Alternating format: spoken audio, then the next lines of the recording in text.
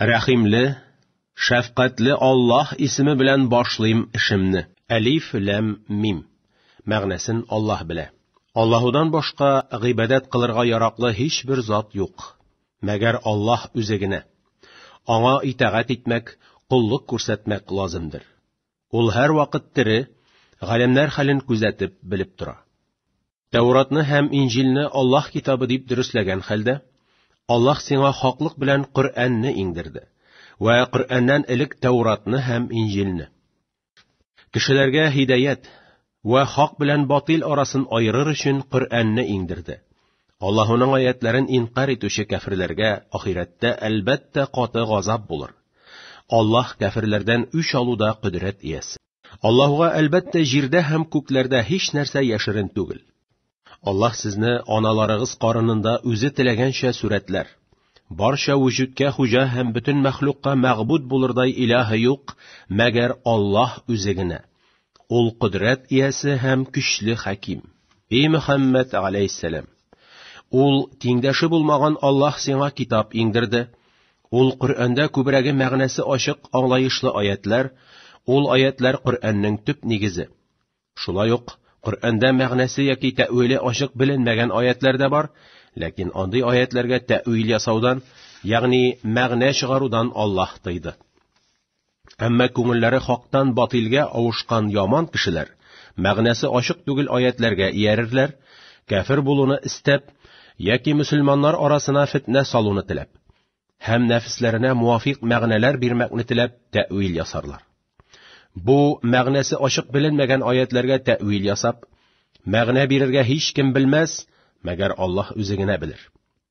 Әмма күңелләре хаклык ягына авышкан хакыйкый галимнәр Коръәннең һәр сүзенә ышандык, барчасы да Раббыбыздан килгән хак сүзләр, мәгънәсе ачык булган аятлар белән гамәл кылабыз, мәгънәсе ачык беленмәгән аятларны Аллаһуга тапшырабыз диләр. Кешеләр һәммәсе дә вәгазьләнмәс, фақат саф күңелле, камил акыллы кешеләр генә Коръән белән вәгазьләнеп гамәл кылырлар. Алар: "И Раббыбыз, безне туры юлга күндергәнеңнән соң күңелләребезне дөрестлектән ялган якка авыштырма һәм шәфкать кылып безгә рәхмәтеңне бир. Әлбәттә син сорап та, сорамыйча да бирүчесең" диләр. И Раббыбыз, шиксез булачак кыямәт көнендә барча кешеләрне хисап өчен бер урынга җыячаксың. Аллаһ әлбәттә вәгъдәсенә хилафлык кылмый. Коръән белән гамәл кылмыйча кафир булган кешеләрне, маллары һәм балалары Аллаһ газабыннан куткармас, алар җәһәннәм утында булачаклар. Аларның мисалы Тәуратны инкар итүче Фиргавун кавымы кебек һәм Фиргавун кавымыннан әүвәлге инкар итүче кебекләр. Аларны Аллаһ газап белән тотты, Аллаһ үзенә баш имәгән кешеләрдән каты газап белән үч алучы. Кафирләргә әйт: тиздән җиңелерсез, капланырсыз, аннары кубарылып җәһәннәмгә сөрелерсез. Нинди яман кайтачак урын ул җәһәннәм. И кешеләр, шиксез сезгә Бәдер сугышында галәмәт бардыр ки, шиксез сезгә Бәдер сугышында галәмәт бардыр ике гаскәрнең бергә юлышкан вакытында. Ул гаскәрләрнең берсе Аллаһ юлында сугышучы мөэминнәр, икенчесе Аллаһуга каршы сугышучы кафирләр иде. Кафирләр мөэминнәрне үзләренә караганда 2 өлеш күбрәк итеп күрделәр. Әмма дөреслектә мөэминнәр 300 булып, кафирләр 1000 иделәр. Аллаһ теләгән бәндәсен үзенең ярдәме белән куәтләр. Бәдер сугышында аз санда булган мөэминнәрнең күп санда булган кафирләрне җиңүләрендә күңел күзләре сукыр булмаган кешеләр өчен зур гыйбрәт бар.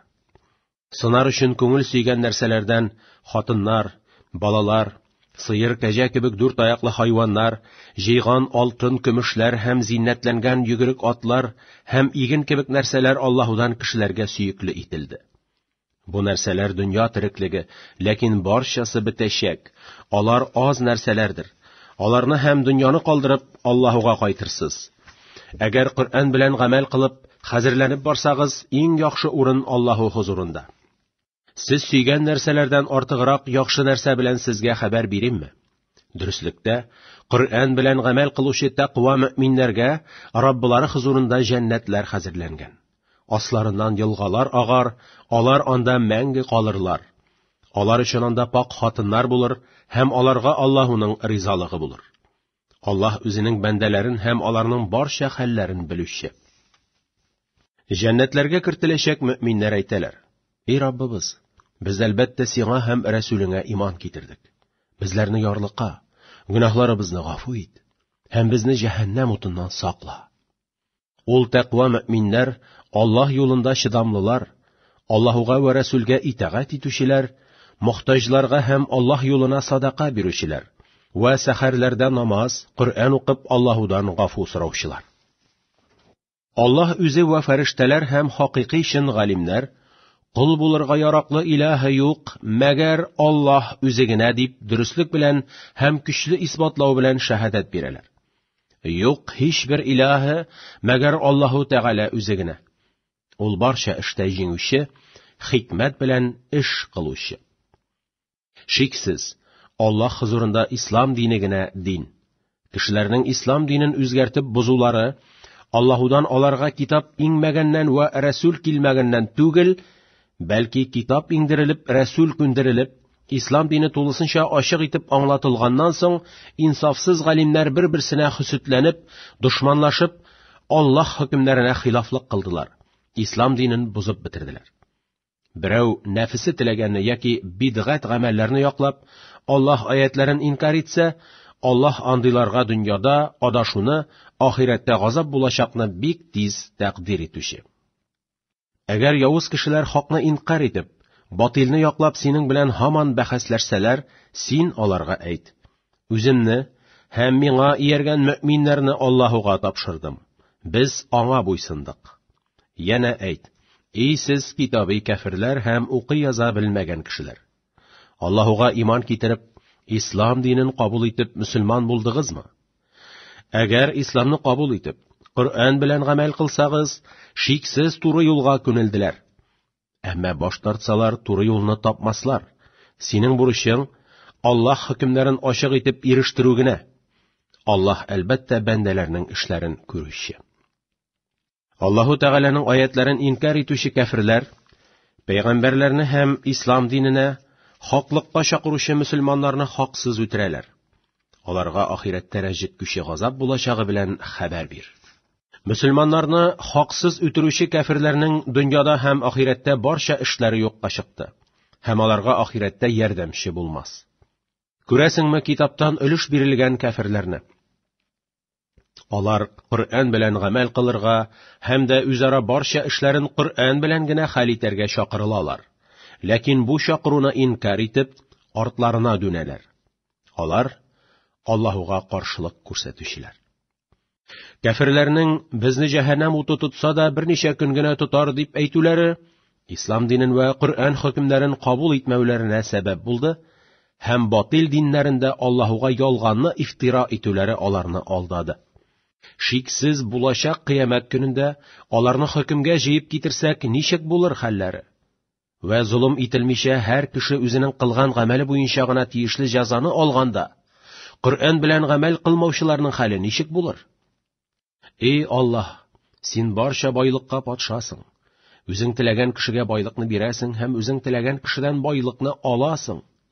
Теләгән бәндәңне Коръән белән гамәл кылдырып хөрмәтле итәсең, һәм теләгән бәндәңне Коръәннән гафил кылып хур итәсең. Барча хәйрият синең кулыңдадыр. Шиксез синең һәр нәрсәгә көчең җитә дип әйт. Эй Аллаһ, син кичне көнгә, көнне кичкә кертәсең. Үлекне теректән чыгарасың, һәм терекне үлектән чыгарасың. Һәм дә теләгән бәндәләреңә хисапсыз ризык бирәсең. Мөэминнәр мөэминнәрдән башка кафирләрне дус тотмасыннар. Чөнки аларга дус булу ахырда кафир булуга сәбәптер. Бу аят ингәннән соң бер мөэмин кафирләргә дус булса, аңа Аллаһудан һич нәрсә юктыр. Мәгәр кафирләрнең үтерү белән янаулары булганда тыштан гына дуслык күрсәтергә ярый, Коръәнгә каршы булган әмерләрен рия белән генә үтәргә мөмкин була. Ләкин иманга зарар килүдән курку һәм күңелдә иманны нык саклау тиештер. Аллаһ сезне үзенең газабы белән куркыта, әлбәттә куркыгыз. Бит ахырда хөкем ителү өчен кайтачак урын Аллаһ хузурында. Әйт, күңелләрегездә булган теләкләрегезне кирәк яшерегез, кирәк белдерегез.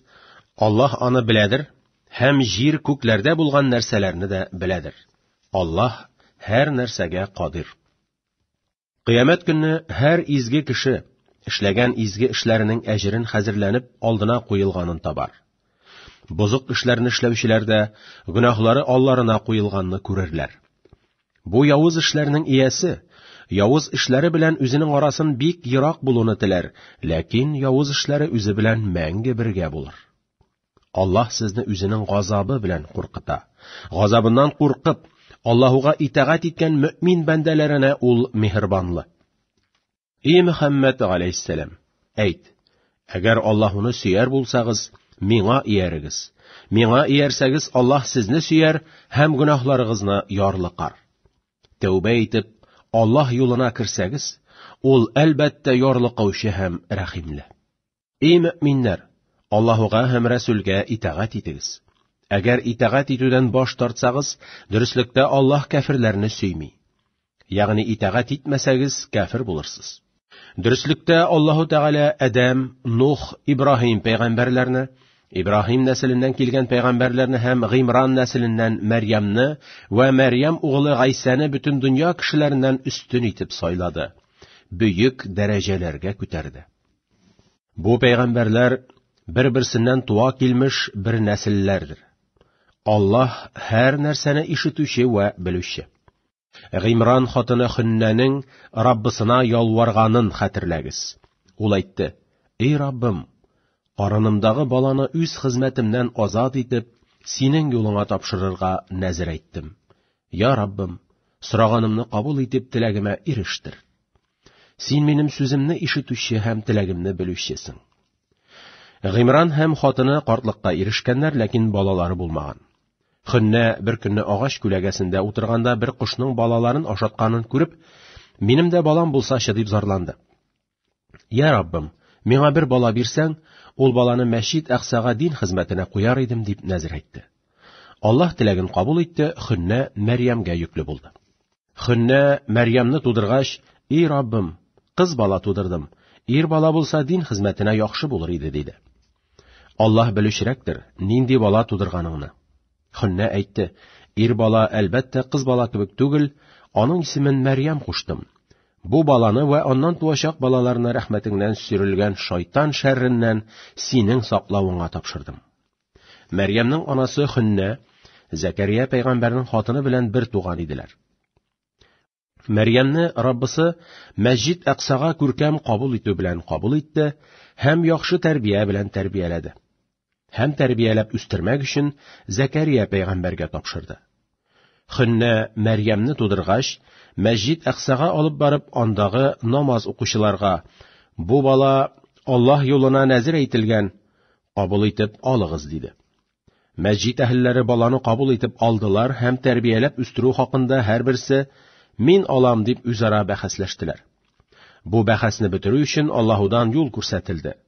"Барчагыз да каләмнәрегезне суга салыгыз, кемнең каләме суга батмаса, Мәрьямне шул кеше алыр." Әйтелгәнчә эш кылдылар, Зәкәрияның каләме суга батмады. Мәрьям аңа тапшырылды. Зәкәрия мәсҗид эчендә бер урын хәзерләп Мәрьямне шунда тәрбия кылды. Мәрьям зикр, гыйбадәт белән мәшгуль булды. Зәкәрия Мәрьям янына кайчан гына керсә дә, алдында төрле җимешләр һәм башка ризыкларны күрер иде. Бер кергәнендә: "Эй Мәрьям, бу ризыклар сиңа кайдан килә?" дип сорады. Мәрьям әйтте: "Бу ризыклар Аллаһ хузурыннан килә. Аллаһ әлбәттә үзе теләгән бәндәсен хисапсыз ризыкландыра." Мәрьямнең дәрәҗәсен Аллаһ күтәргәнне күреп, Раббысына ялварып дуга кылды. Әйтте: "Эй Раббым, рәхмәтеңнән миңа бер бала биргел. Шиксез син минем дугамны ишетәсең." Зәкәрия михрабта намаз укып торганда, Җәбраил килеп кычкырды: "Эй Зәкәрия, дөреслектә Аллаһ сине Яхья исемле изге угыл белән шатландыра. Ул Яхья Аллаһудан булган сүзгә ышанучы булганы хәлдә, ягъни Гайса пәйгамбәргә иң беренче иман китереп ярдәмче булыр. Яна ул Яхья кавме арасында хөрмәтле ва улуг булыр, һәм дә хатыннар белән сүбхәт итүдән сакланучы изге пәйгамбәрләрдән булыр." Зәкәрия әйтте: "Эй Раббым, Миңа кайдан угыл булсын? Дөреслектә миңа картлык иреште. Хатыным да бала тудырмаучыдыр. Аллаһ әйтте: "Әнә шулай Аллаһ Тәгалә теләгәнен кылыр." Зәкәрия әйтте: "И Раббым, хатынымның йөкле булуына миңа бер галәмәт бир." Аллаһ әйтте: "Синең кешеләр белән сөйләшә алмавың сиңа галәмәт булыр. Кешеләр белән 3 көн сөйләшә алмассың, мәгәр ишарәт белән генә сөйләшерсең." Хатыны йөкле булгач, Зәкәрияның теле бәйләнде. Зикр тәсбихтан башка сүзләрне сөйли алмады. Аллаһ әйтте: "И Зәкәрия, Раббыңны күп зикр ит вә көндезләрен һәм кичләрен намаз укы." Фәрештә әйтте: "И Мәрьям, дөреслектә Аллаһ сине сайлады вә сине гөнаһтан паклады һәм бөтен дөнья хатыннарыннан сине өстен кылды. И Мәрьям, Раббыңа итәгать кыл һәм рükүк, сәҗдә кылып намаз укучылар белән намаз укыгыл." Бу Мәрьям кыссасы Коръән иңмәс борын синең өчен яшерен иде, инде вахи белән белдерәбез. Мәсҗид Акса мөселманнары шубага өчен каләмнәрен суга салганда, син алар арасында юк идең. Һәм Мәрьямне тәрбиягә алыр өчен тартышкан вакытларында да яннарында юк идең. Җәбраил әйтте: "И Мәрьям, Аллаһ сине бер бала белән шатландырадыр. Ул бала атасыз, Аллаһның бар бул дип әйтүе белән булыр. Ул баланың исеме Гайса, Мәрьям углы булыр.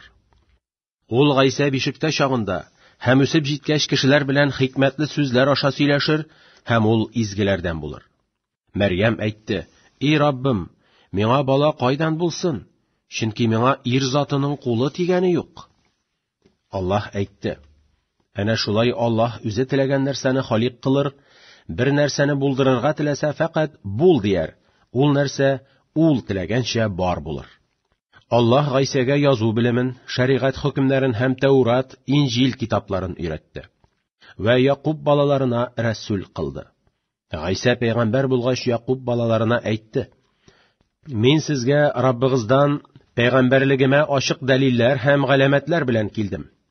Ул галәмәтләрнең берсе, балчыктан куш сурәте ясармын да аңа өрермен. Аллаһ әмере белән куш булып очар. Яна Аллаһ әмере белән сукырларны күзле итәрмен, ала тәнле кешеләрне сәламәтләндерермен һәм үлекләрне тергезермен. Яна мин сезгә нәрсә ашаганыгыздан, өйләрегездә яшереп саклаган нәрсәләрегездән хәбәр бирермен. Бу нәрсәләрдә әлбәттә минем пәйгамбәрлегемне тасдиклаучы галәмәтләр бар, әгәр хаклыкка ышанучылардан булсагыз. Миннән әүвәл иңдерелгән Тәуратны тасдиq иткәнем хәлдә, һәм сезгә харам булган нәрсәләрнең кайберләрен хәлал иткәнем хәлдә, Раббыгыздан галәмәтләр белән сезгә пәйгамбәр булып килдем. Шулай булгач, Аллаһудан куркыгыз, миңа итәгать итегез һәм карышудан сакланыгыз. Дөреслектә Аллаһ мине дә, сезне дә тәрбия кылучыдыр. Тәрбияче булган Аллаһуга әлбәттә гыйбадәт кылыгыз, бит Аллаһуга итәгать итү һәм аңа гына гыйбадәт кылу иң туры юл." Гайса мөшрикләрнең һаман күфрлекләрендә дәвам иткәннәрен күргәч, "Аллаһ диненә миңа кем ярдәмче була?" диде. Гайсәгә ияргән мөэминнәр: "Аллаһ диненә без ярдәмче булабыз. Без Аллаһуга нык ышандык, Аллаһуга итәгать итүче хак мөселман икәнлегебезгә шаһид бул" диделәр. "Эй Раббыбыз, син иңдергән китапларга ышандык һәм пәйгамбәргә иярдек. Безләрне синең берлегең вә исламның хаклыгы белән шаһадат бирүче мөселманнар белән бергә кыл." Кафирләр Гайсәгә явыз хәйлә курдылар. Аллаһ аларга каршы көчле хәйләне курды. Бит Аллаһ хәйлә куручыларның хәерлесе вә көчлесидер. Кафирләр Гайсәне гаепләргә, үзләрен дөресләргә дәлил тапмагач, ниһаять ачуларыннан Гайсәне үтерергә әмер бирделәр. Мөселманнар арасында кафирләргә сатылган бер мунафик бар иде. Кафирләр Гайсаны үтерергә карар чыгаргач, шул мунафик Гайса кергән өйгә кафирләрне җыеп алып килде. Ләкин бу вакытта Аллаһ Гайсаны күккә күтәргән иде инде. Мунафик Гайсаны тотабыз дип өйгә кергәч, Аллаһ аның сурәтен Гайса сурәтенә кертте. Кафирләр аны Гайса дип белеп тотып алып, асып үтерделәр. Менә аларга Аллаһның бер хәйләсе шул булды. Аллаһ әйтте: "И Гайса, мин әлбәттә сине үтерүче һәм үз хузурума күтәрүчемен. Һәм сине кафирләрнең явыз хәйләсеннән саклап, пычрак йогынтыларыннан паклаучымын. Яна, и Гайса, сиңа ияргән мөэминнәрне кыямәт көненә чаклы кафирләрдән үстен кылучымын.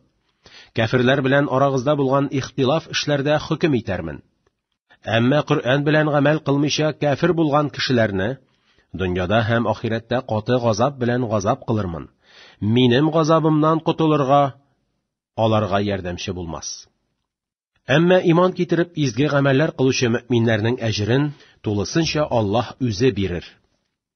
Ләкин Коръән белән гамәл кылмаучы залимнәрне Аллаһ һич тә сөйми. Эй Мөхәммәд алейһиссәлам, без сиңа укыган кыссалар синең пәйгамбәрлегеңә ишарат итүче дәлилләр. Ва без вахи кылган сүзләр барча хикмәтләрне зикр итүче Коръән Кәримдер.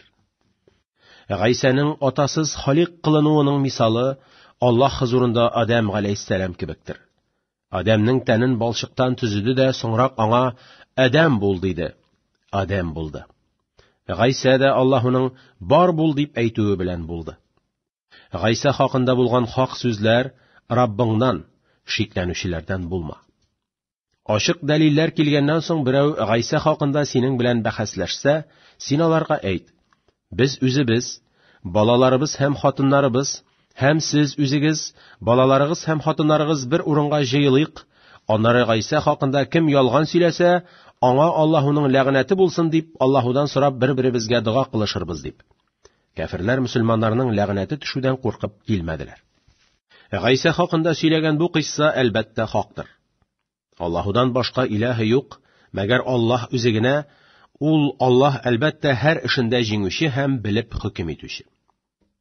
Әгәр Коръән белән гамәл кылып төзәлүдән баш тартсалар, шиксез Аллаһ явызлык кылучы азгыннарны белә, аның газабыннан кутыла алмаслар. Әйт, и китап әһелләре, безнең һәм сезнең өчен бер тигез хак булган Коръәндәге Аллаһ сүзләренә килегез. Ул сүзләр Аллаһудан башкага гыйбадәт кылмавыбыз һәм Аллаһуга һичкемне тиңдәш кылмавыбыз һәм дә Аллаһудан башка бер-беребезне илаһы урынына тотмавыбыздыр. Әгәр Коръән юлына керүдән баш тартсалар, аларга әйтегез: Безнең Коръән белән гамәл кылучы хак мөэминнәр икәнлегебезгә шаһид булыгыз дип. И китап әһелләре, ни өчен Ибраһим хакында сүз көрәштерәсез? Яһүдләр Ибраһим безнең диндә диләр, Насаралар да Ибраһим безнең диндә диләр. Бит Тәүрат һәм Инҗил Ибраһимнан соң иңдерелде. Ә сез исә ул китапларны үзгәртеп, Яһүд һәм Насара булдыгыз. Шуны инсаф белән уйлап карамыйсызмы? И китабы кафирләр, ни өчен Мөхәммәд алейһиссәлам белән тартышасыз? Аның хак пәйгамбәр икәнен белә торып. Аң булыгыз, бу эшегез сезнең өчен бик ямандыр. Әмма Ибраһимның кайсы диндә икәнен белмичә тартышуыгыз тагын да кабахәт эштер. Ибраһимның динен Аллаһ белүчерәк, ләкин сез белмисез. Ибраһим Яһүд динендә дә булмады, ләкин хак тарафына нык авышкан чын мөселман иде. Ва ул Аллаһуга шик катучылардан да булмады. Дөрестлектә Ибраһимгә ияргән кешеләр аның динендә булырга әһелләрәкләр. Яна Мөхәммәд алейһиссәлам ва Коръән белән гамәл кылган мөэминнәр Ибраһим динендә булырга әһелләрәкләрдер. Аллаһ Коръән белән гамәл кылучы мөэминнәрнең хуҗасы, аларның теләген үтәүчедер. Ничек күфрлек кыла аласыз сезгә Аллаһның аятләре укылганда? Арагызда аның рәсүле дә бар. Аллаһ китабы Коръәнгә тотынган кеше шиксез туры юлга күнелде. Эй мөэминнәр, Аллаһудан каты куркыгыз, аның хөкемнәрен бузудан бик нык сакланыгыз һәм Коръән белән гамәл кылып, чын мөселман хәлегездә генә үлегез. Эй мөэминнәр, барчаларыгызда берләшкән хәлегездә Аллаһ арканына, ягъни Коръән хөкемнәренә ныклап ябышыгыз. Аннары Коръән хөкемнәреннән һич тә аерылмагыз һәм бер-берегездән киселеп төрле юлларга китмәгез. Яна Аллаһ сезгә биргән нигъмәтләрен күңелегездә саклагыз, бит мөселман булмас бурын бер-берегезгә дошман идегез. Аллаһ ислам дине белән күңелегезгә дуслык, үлфәт мәхәббәтен салды да, бер-берегезгә дин кардәше булып әверелдегез. Сез җәһәннәм ярының читенә килгән идегез, җимерелеп төшәргә генә калган идегез. Аллаһ рәхмәт кылып җәһәннәмгә төшүдән сезне ислам дине белән коткарды. Әнә шулай Аллаһ сезгә аятларын ачык бәян итәр, шаят дөрес аңлап, дөрес гамәл кылып, туры юлга күнелерсез. Sizlərdən arağızda şəriğətni yaxşı bilgən kişilər əlbəttə bulsun. Onlar sizni xeyirli işlərə çağırırlar, farz əməllərni, başqa yaxşı işlərni qılırğa əmr birirlər, həm fəxiş, haram işlərdən və bid'at əməllərdən qatı tıyarlar. Әнә шундый җитәкчеләре булган җәмәгать һәлак булудан кутылып үстенлек табучыдыр. Эй мөэминнәр, үзләренә бирелгән Аллаһ китабын үзгәртеп, шәригать хөкемнәрен бузып, төрле фирқаларга бүленгән Яһуд вә Насара кавымнары кебек булмагыз. Алар ислам дине ачык аңлатылганнан соң аның хөкемнәренә хилафлык кылдылар. Аларгадыр олуг газап. Кыямәт көнне күп йөзләр агарыр вә күп йөзләр каралыр. Әмма йөзләре каралган кешеләргә İslam dinin qabul etib Müslüman bulğanıgızdan soň kafir bulğanıgız üçün cehennem gazabını tatığız dip әйтелер. Müslüman bulğandan soň kafir halinde ölüp, yüzleri qaralacak kişiler kimler olar dip sahabeler Muhammed aleyhisselamdan soraganlar. Yüzleri qaralıp cehennemge kiresi kişiler bid'at gamellerini qıluşu Müslümanlar dip cevap bergen. Әмма bid'at gamellerden saqlanıp Kur'an bilen gamel qıluşu Müslümanların yüzleri ağaracak. Onlar Allah'ın rəhmətində həmanda məngi qalırlar. Qur'anda söylənən bu sözlər Allah'ın ayətləri. Onlarını sizə haqlıq bilən oqırıbız. Allah g'alamlar məxluqlarından heç birisinə zulm tiləmi. Jirdə və köklərdə bulğan hər нәрсә Allah'ınıqı və hər əmr Allah'a qaytadır. Ey siz Muhammed aleyhisselam ümməti! Dünyaga çıgarılgan ümmetlərinin ən xeyirlisi buldunuz. Allah'a haq ышану белән ышандыгыз, кешеләрне хәерле эшләргә, изге гамәлләргә өнди белү белән өндәдегез һәм бузык, зарарлы эшләрдән тыя белеп тыйдыгыз. Аллаһ сахабаларны бу аят белән мактады, чөнки аларның ярдәме белән ислам дине куәтләнде һәм бөтен дөньяга таралды. Китаби кафирләр иман китереп, Qur'an белән гамәл кылсалар, әлбәттә алар өчен хәерле булыр иде. Алардан Qur'an белән гамәл кылучы мөэминнәр бар. Ләкин аларның күбрәге фасиклардыр. Эй мөэминнәр, иманыгыз таза булса, кафирләр сезгә зарар ирештирә алмаслар. Мәгәр яман сүзләр белән күңелегезне рәнҗетерләр, әгәр сезнең белән сугышсалар, сезнең гайрәтегездән куркып артларына качарлар. Аннары аларга ярдәмче булмас. Мөселманнар белән кайда гына сугыш кылсалар да, аларга җиңелү тамгасы орылган инде. Мәгәр ислам хөкүмәте астында булсалар, Allah'ın ve müminlerinin hükmü bilen jaziye tülep imin bulurlar. Onlar Allah'ın aşulu qaharin üstlerine aldılar, hem de onlarga miskinlik lazım itildi. Yani jaziye tülevden korkup miskin surette yürüdüler. Bu cezalar onlarga lazım itildi, Allah'ın ayetlerin inkar etkenleri ve peygamberlerini haksız ötürgenleri için. Allah'ın qaharinde kaluları, Allah'a qarışıp haqdan batil tarafına ütülere səbəblidir. Kitabi kafirlərinin barısı da bir tügildir. İslamны qabul etken ümmət, haqlıqda taza turganları xəldə, tünlər boyu Allah'ın ayetlərini oqırlar həm səcdə qılırlar. Ol ümmət Allah'a həm ahiret gününə ışanalar, kişilərini yaxşılıqqa ündilər, günahlı işlərdən tıyalar, həm üzləri yaxşı işlərini işlərgə hər vaqt aşığalar. Әнә şunun üçün onlar izgi kişilərdən buldular. Onlarının qılğan izgi əməllərinin əcri Allah huzurunda inkar etilməz. Allah'dan qorqub, günahlardan saqlanışı təqva kişilərini əlbəttə Allah bilə. Dürüstlükdə kafirlərə Allah gazabından qutulurğa malları həm balaları heç fayda verməz. Onlar ut əhilləri, onda məngi qalırlar. Kafirlərinin dünyada xalq faydasına vergən mallarının misalı salqın jil kibikdir. Ул салкын җил залим кавымның игеннәренә иреште һәм игеннәрен һәлак итте. Аллаһ аларга зулым итмәде, ләкин алар үзләренә зулым иттеләр. Эй мөэминнәр, мөэминнәрдән башка һичбер кавымны дуст тотмагыз. Алар сезнең динегезне бузу һәм үзегезне аздыру өчен тырышуларында кимчелек кылмаслар. Алар сезнең гөнаһлы булуыгыз яки Qur'an юлыннан чыгуыгыз өчен бик каты тырышалар. Dürüstlükte avızlarından hakka karşı eşi yaki pışrak söz zahir buldu, bigrak da көңелләрендәге yaman niyetler qabahatlikte uluğraqtır. Ey müminler, düşmanlarınız hakkında ayetlerimizni sizge beyan kıldık, şayet anlap alarının zararından saklanırsınız. Ey müminler, siz kafirlerine, bid'atçı müşriklerine nişik süyəsiz? Bit alar sizni hiç de süymiler. Siz kitапларның барчасына да ышанасыз, алар кайберләренә генә ышаналар. Алар сезгә очраганда, без дә ышандык диләр.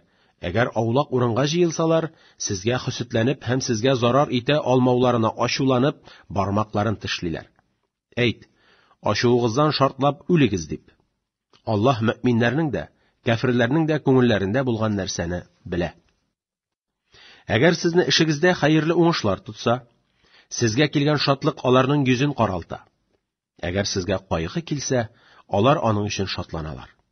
И мөэминнәр, авырлык килгәндә чыдап сабыр итсәгез һәм Аллаһуга гөнаһлы булудан саклансагыз, динсезләрнең sizгә зарары тимәс. Бит Аллаһ динсезләрнең кылган эшләрен чолгап алучыдыр. И Мөхәммәд алейһиссәлам, Ухуд сугышы көнендә өй әһелеңнән чыгып мөэминнәрне сугыш урыннарына урынлаштырган вакытында Аллаһ синең дугаңны ишетүче вә кафирләрнең эшен белүчедер. Сездән ике таифа сугыштан куркып кире кайтырга теләделәр. Ләкин ул ике таифаның хуҗасы Аллаһдыр. Ягъни Аллаһ күңелләренә батырлык салды, аннары сугышка катнаштылар. Мөэминнәр һәр вакыт Аллаһуга тәвәккәл итсеннәр, курыкмасыннар. И мөэминнәр, дөреслектә Аллаһ сезгә Бәдр сугышында ярдәм бирде, сез аз идегез, Аллаһуга гөнаһлы булудан сакланыгыз һәм нигъмәтләренә шөкр итегез. Мөхәммәд галәйһиссәлам мөэминнәргә әйтте: Раббыгыздан сезгә ярдәм өчен 3000 фәрештәнең иңдерелүе җитмиме? Бәлки 3000 фәрештә җитәдер, әгәр авырлыкка чыдасагыз һәм сугышта чиктән үтүдән саклансагыз. Раббыгыз сезгә 5000 фәрештә белән ярдәм бирер. Ул фәрештәләр ак маңгайлы атларга атланган булырлар, башларында ак чалмадыр. Бу эшне Аллаһ эшләмәде, мәгәр сезгә шатлык булсын өчен һәм фәрештәләрнең иңүеннән күңелләрегез карарланып куәт тапсын өчен эшләде. Бернинди заттан ярдәм юк, мәгәр кудрат вә хикмәт иясе Аллаһудан гынадыр. Аллаһ фәрештәләр белән ярдәм кылды. Кафирләрдән бер җәмәгатькә җәза бирмәк өчен яки җиңелсеннәр өчен. Әгәр җиңелсәләр, хәсрәт белән кайтырлар. Бәдр сугышында мөшрикләрнең 70 батыры үтерелде, 70-е әсиргә алынды. И Мөхәммәд галәйһиссәлам, һичбер эштә сиңа ихтияр юктыр. Ухуд сугышыннан соң сахабәләр: "Я Расулуллаһ, Аллаһудан сора, кафирләрне һәлак итсен", диделәр. Ләкин Аллаһ бу эштән тыйды. Бәлки тәүбә итәрләр дә, Аллаһ аларны гафу итәр. Тәүбә итмәсәләр, Аллаһ аларны газап кылыр, чөнки алар залимнәрдер. Җирдә вә күкләрдә булган һәр нәрсә Аллаһу Тәгаләнеке. Аллаһ теләгән бәндәсен ярлыкар вә теләгән бәндәсен гөнаһлары өчен газап кылыр. Ләкин тәүбә вә итагать белән Аллаһуга кайтучыга ул ярлыкаучы һәм рәхимле. И мөэминнәр, риба ашамагыз. Ягъни бурычка биреп торган өчен арттырып алмагыз, катлап-катлап харам ашамагыз. Аллаһуның сүзләрен, хөкемнәрен игътибарсыз калдырудан сакланыгыз. Шаят газаптан кутылып өстенлек табарсыз. Уттан сакланыгыз. Әлбәттә, ул кафирләр өчен хәзерләнде. Аллаһуга вә Рәсүлгә итагать итегез, шаят Аллаһудан рәхмәт кылынырсыз. Дәхи тәүбә итеп төзәлегез вә изге гамәлләр кылу белән Раббыгызның ярлыкавына һәм җир күкләр киңлегендә булган җәннәтләр тарафына ашыгыгыз. Ул җәннәтләр шәригать хөкемнәрен бузудан сакланучы тәкъва мөэминнәргә хәзерләнде. Ул мөэминнәр бай чакларында да, ярлы чакларында да Аллаһ күрсәткән урыннарга садака бирәләр, ачулары килгәндә ачуны йоталар, гаепле кешеләр гафу сораганда гафу итәләр. Яхшылык кылучы әнә шундый мөэминнәрне Аллаһ сөядер. Фәхиш эшләрне эшләүчеләр яки Аллаһ хөкемнәрен бузып үзләренә зулым итсәләр, аннары тәүбә итеп, төзәлеп, ярлыкауны сорап, Аллаһуны күп зикр итсәләр, аларны Аллаһ ярлыкар. Кем ярлыкар гөнаһларны? Һич кем түгел, мәгәр Аллаһ үзе генә ярлыкаучы. Ул тәүбә итүчеләр әүвәлдә эшләгән гөнаһлы эшләрне инде эшләмәделәр, чөнки алар нәрсәдән тәүбә иткән булсалар, аны эшләргә ярамаганлыкны беләләр. Бу тәүбә итүчеләрнең җәзасы Раббылары тарафыннан гафу ителмәк һәм җимеш агачлары астыннан елгалар ага торган җәннәтләр. Изге гамәл кылучыларның җәзасы нинди хуш нигъмәтләрдер. Дөреслектә сездән алдагы кешеләргә дә Аллаһ ислам динен генә өйрәткән иде. Аллаһуга итагать иткән кешеләр хак диндә вә туры юлда булдылар. Әмма нәфескә яки шайтанга ияргән кешеләр Төрле фиркаләргә бүленеп адашу юлында булдылар. Ничек кенә яшәсәләр дә, алар дөньядан үтеп киттеләр. Җир йөзендә йөрегез һәм карагыз, ялганчыларның хәле ничек булды. Бу Коръәннең һәр нәрсәдән хәбәр биреше, кешеләр өчен ачык аңлатма вә туры юлга һидаят һәм тәкъва кешеләргә чын вәгазьдер. Ухуд сугышында мөселманнар җиңелгәч, бу аят инде. И мөэминнәр, дошманнарыгыздан курыкмагыз, зәгыйфләнмәгез, Ухуд сугышында зарар күргәнегез өчен хәсрәтләнмәгез. Киләчәктә әлбәттә сез өстен булачаксыз, әгәр Аллаһ сүзенә ышанучылардан булсагыз. И мөэминнәр, сезгә Ухуд сугышында җәрәхәтләр ирешкән булса, кафирләргә дә Бәдр сугышында сезгә ирешкән хәтле җәрәхәтләр иреште. Дөнья көннәрен әнә шулай әйләндерәбез, бер көнне сезнең файдагызга, икенче көнне кафирләр файдасына. Аллаһ Ухуд көнен сезнең зарарыгызга кылды, чын мөэминнәрне күрсәтмәк өчен. Мөселманнар шунда саналдылар, мунафиклар качтылар һәм чын мөселманнар Аллаһ юлында шәһид булсыннар өчен шулай кылды. Аллаһ әлбәттә залимнәрне сөйми. Аллаһ мөэминнәрне гафу итеп, кафирләрне һәлак итәр өчен бу шулай кылды. И мөэминнәр, җиңел генә җәннәткә керергә исәплисезме? Сезләрдән ислам динен куәтләр өчен кафирләр белән сугышкан һәм сугыш юлында төрле авырлыкларны күтәргән хак мөэминнәрне әллә Аллаһ белми дип уйлыйсызмы? Дөреслектә Ухуд сугышыннан элек Аллаһ юлында шәһид булуны теләдегез. Менә инде үзегез теләгән үлемне күзегез белән күрдегез. Мөхәммәд һич кем түгел, мәгәр Аллаһның хак рәсүледер. Әлбәттә аңардан әүвәл күп рәсүлләр килеп киттеләр. Әгәр Мөхәммәд галәйһиссәлам үлсә яки үтерелсә, сез сахабалар хак динне ташлап, әүвәлге батил динегезгә кайтырсызмы? Бер мөэмин ислам динен ташлап, әүвәлге батил диненә кайтса, Аллаһуга зарар кыла алмас, мәгәр үзенә зарар кылыр, һәлак булыр. Ислам динендә булганы өчен шөкер итеп, Аллаһ юлында сугыш кылучыга Аллаһ бик тиз җәннәт нигъмәтләре белән хакын түләр. Бер нинди зат та Аллаһ тәгаен иткән вакыттан башка вакытта үлмәс, мәгәр һәр кем Аллаһ билгеләгән сәгатьтә үләр. Бер мөселман дин белән яки бидгать гамәлләр белән дөнья малын кәсеп итсә, бирербез аңа дөнья малын, әмма ахирәттә аңа һич нәрсә булмас. Бер мөселман дөрес гамәле белән ахирәтне кәсеп итсә, аңа бирербез ахирәттә җәннәт нигъмәтләрен. Исламга шөкер итеп, Аллаһуга итагать иткән мөселманнарны бик тиз җәннәт нигъмәтләре белән нигъмәтләндерербез. Пәйгамбәр белән бергә Аллаһуга бирелгән күпме мөэминнәр сугышларга чыктылар. Алар сугышларның катылыгыннан ирешкән авырлыктан курыкмадылар, дошманның гаскәре күплегеннән зәгыйфләнмәделәр вә гаҗизлек тә, мискинлек тә күрсәтмәделәр, бәлки гайрәт белән сугыштылар.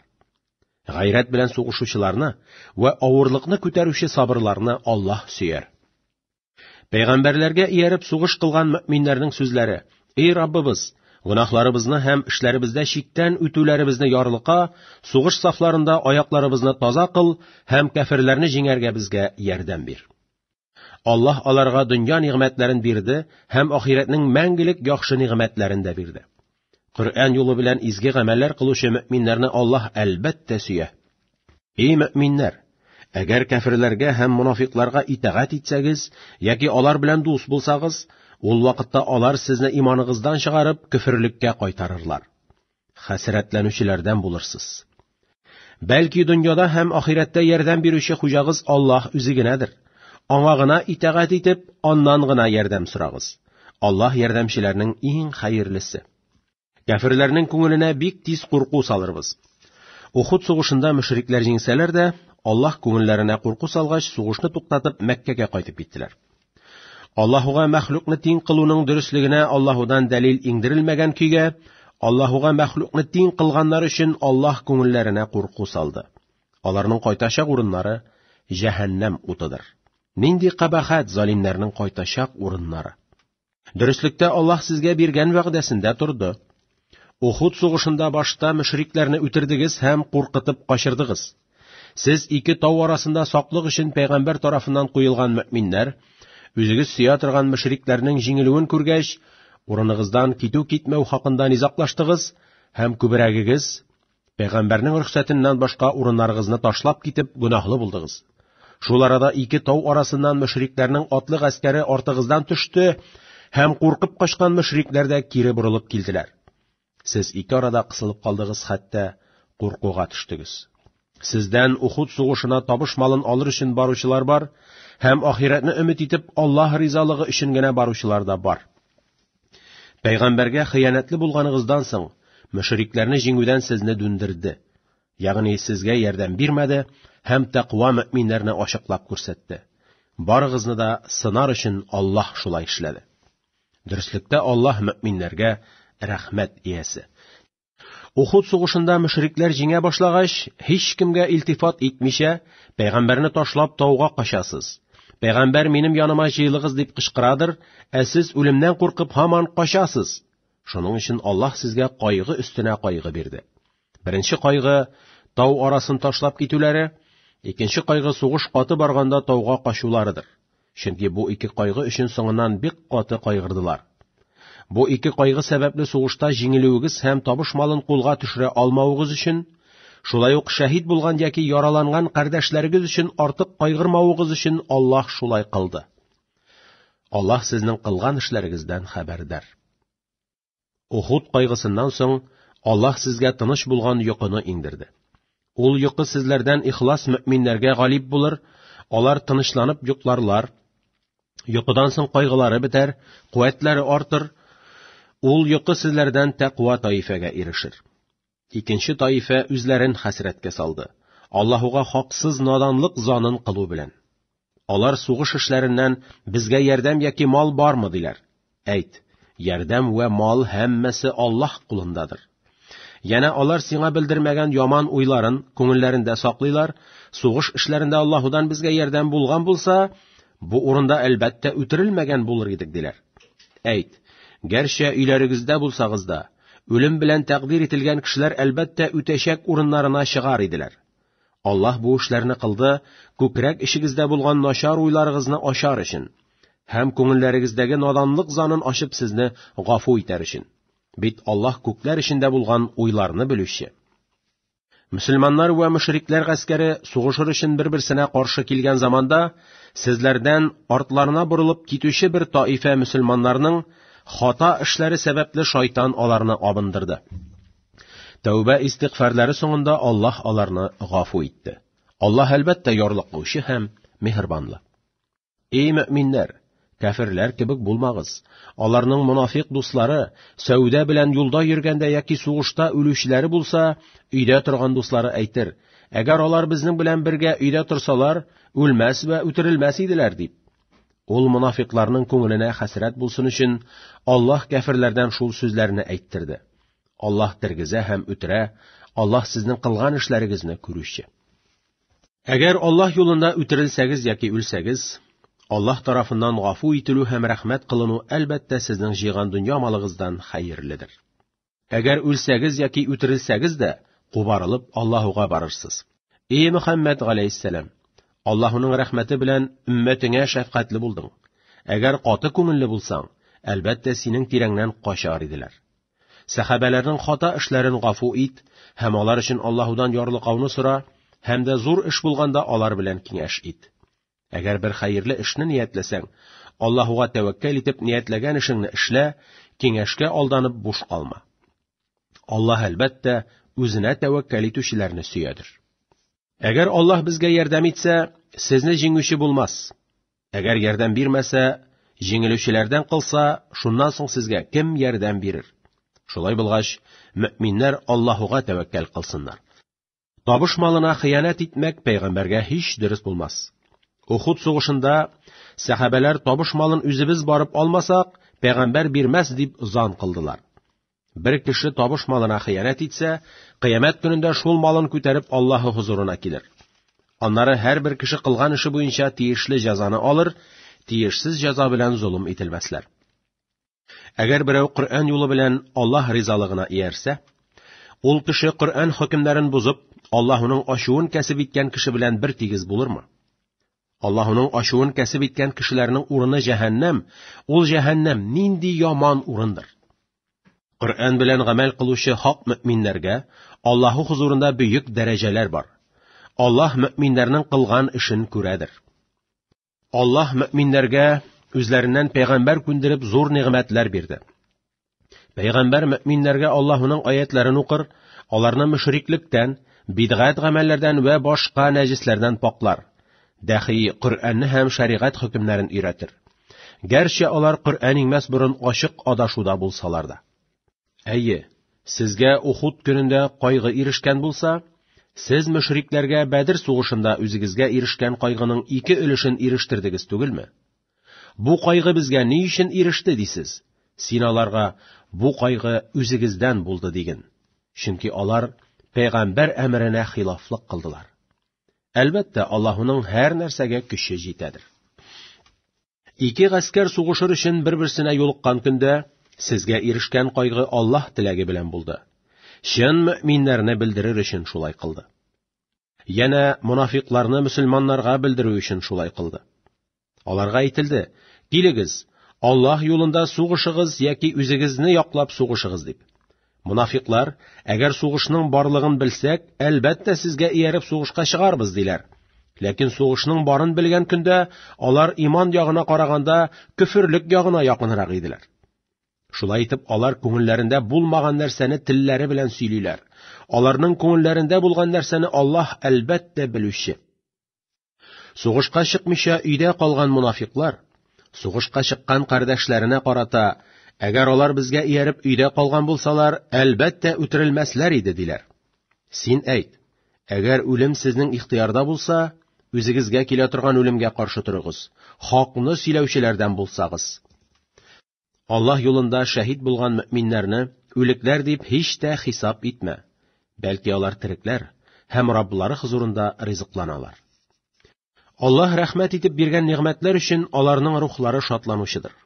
Һәм Аллаһ юлында бергә сугышып та үлми калган дин кардәшләренең дә рухлары алар янына кайтып, җәннәттә бергә булачакларын Аллаһ аларга белдергәч, алар өчен дә шатланырлар. Үзләренә дә вә үзләреннән соң яннарына барачак дин кардәшләренә дә курку һәм хәсрәт юклыгын белеп янә шатланырлар. Аллаһның рәхмәтеннән вә фазиләтеннән аларга нигъмәтләр булган өчен шатланырлар. Әлбәттә, Аллаһ хак мөэминнәрнең кылган изге гамәлләренең әҗерен җуймас. Ухуд сугышында үзләренә кайгы вә яралану ирешкәннән соң, Аллаһ вә Рәсүл алейһиссәлам сүзләрен кабул итеп, гөнаһлардан сакланып, изге гамәлләр кылганнарына олы әҗерләр булыр.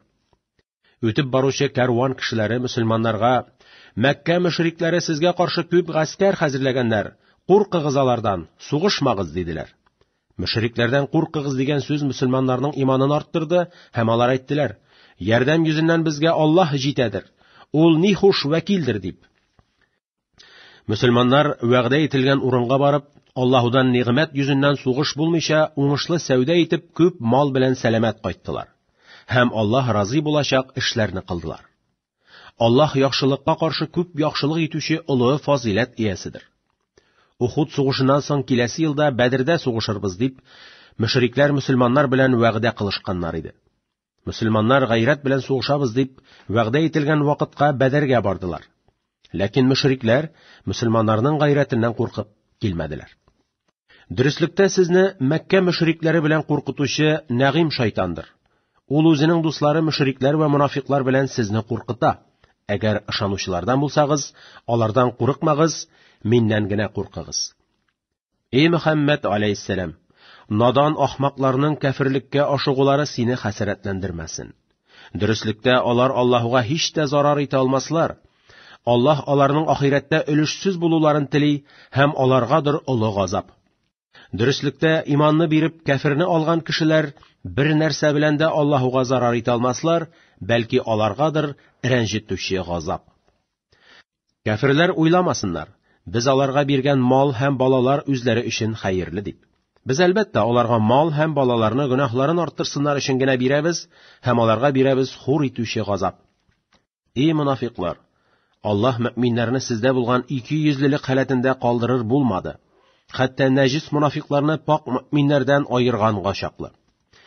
Яшерен йөргән мунафиклар Ухуд сугышында аерылып фаш булдылар. Эй мөэминнәр, Аллаһ сезне мунафикларның яшерен эшләрен белүче кылмады. Ләкин Аллаһ үзенең рәсүлләреннән теләгәнен ихтияр кылыр, аларның яшерен эшен пәйгамбәргә белдерер, аннары пәйгамбәр сезгә белдерер. Аллаһу ва Расулгә ышаныгыз, әгәр ышансагыз һәм Аллаһуга тәкъвалык кылсагыз, сезгә олы әҗер булыр. Рәхмәт итеп, Аллаһ биргән малдан саранлык кылучы кешеләр уйламасыннар, саранлыклары үзләренә файда дип. Бәлки саранлыклары үзләренә начарлыктыр.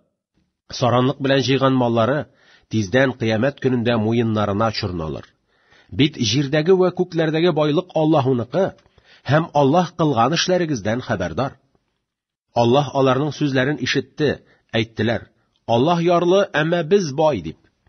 Тиз язарбыз әйткән сүзләрен һәм хаксыз пәйгамбәрләрне үтерүләрен әйтербез. Татыгыз көйдерүче газапны дип. Бу газапка үзегез кылган явыз эшегез сәбәпледер һәм Аллаһ бәндәләренә зулым итүче түгел.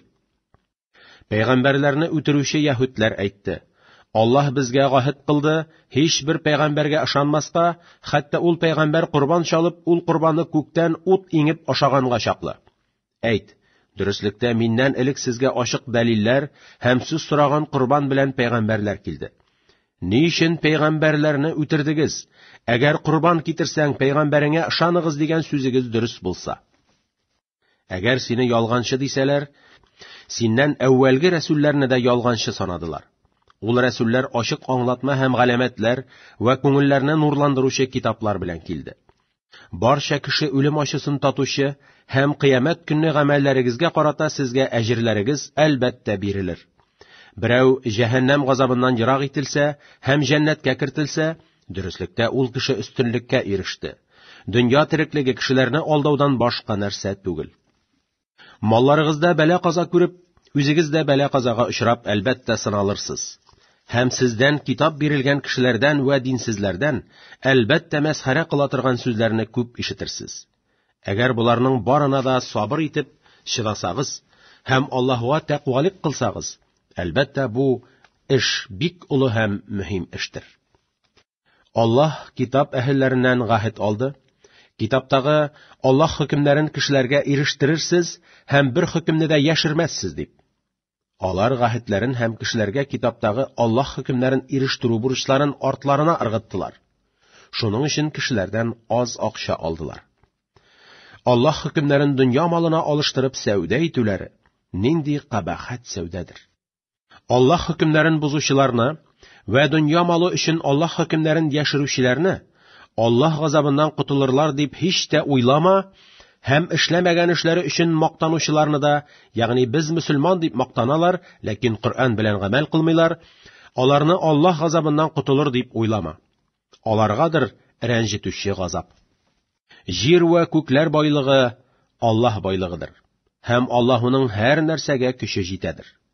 Дөреслектә, җир ва күкләрнең төзелешендә һәм төн белән көннең бер-берсенә хилаф булышында акыл ияләренә, Аллаһуның барлыгына һәм берлегенә ышанырга әлбәттә көчле дәлилләр бар.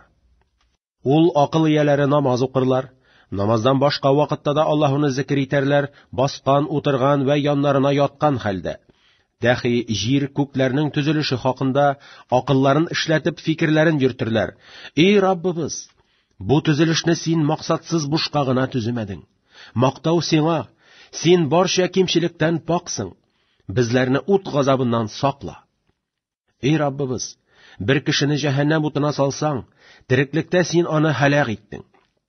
Залимнәрнең ярдәмчесе юк. Эй Раббыбыз, шиксез ишеттек иманга чакыручы Коръән сүзләрен. Раббыгызга ышаныгыз дип чакыруын әлбәттә ышандык. Эй Раббыбыз, гөнаһларыбызны ярлыкка һәм яхшы эшләребезне начар эшләребезгә кәффарат ит һәм изге кешеләр җөмләсеннән үтер. Эй Раббыбыз, рәсүлләрең аркылы безгә вәгъдә иткән җәннәтне дә бир һәм кыямәт көнне безләрне хур кылма. Син әлбәттә вәгъдәңне бозмыйсың. Аллаһ мөэминнәрнең сорауларын кабул итте. Сезләрдән гамәл кылучының гамәлен мин әлбәттә юкка чыгармыйм. Ул гамәл кылучы кирәк ир, кирәк хатын булсын, гамәлдә барыгыз да бер тигезсез. Гамәлләре кабул булуга лазым кешеләр дин өчен күчеп киттеләр. Өйләреннән кафирләр тарафыннан чыгарылдылар. Минем юлымда күп җафа чиктеләр, мөшрикләрне үтерделәр һәм үзләре дә үтерелделәр. Әнә шундый мөэминнәрнең гөнаһларын әлбәттә җуярмын, һәм аларны асларыннан елгалар агучы җәннәтләргә кертермен. Бу аларга яхшылыкларына күрә Аллаһудан изге җәзадыр. Нигъмәтләрнең иң күркәме, әлбәттә, Аллаһ хузурында.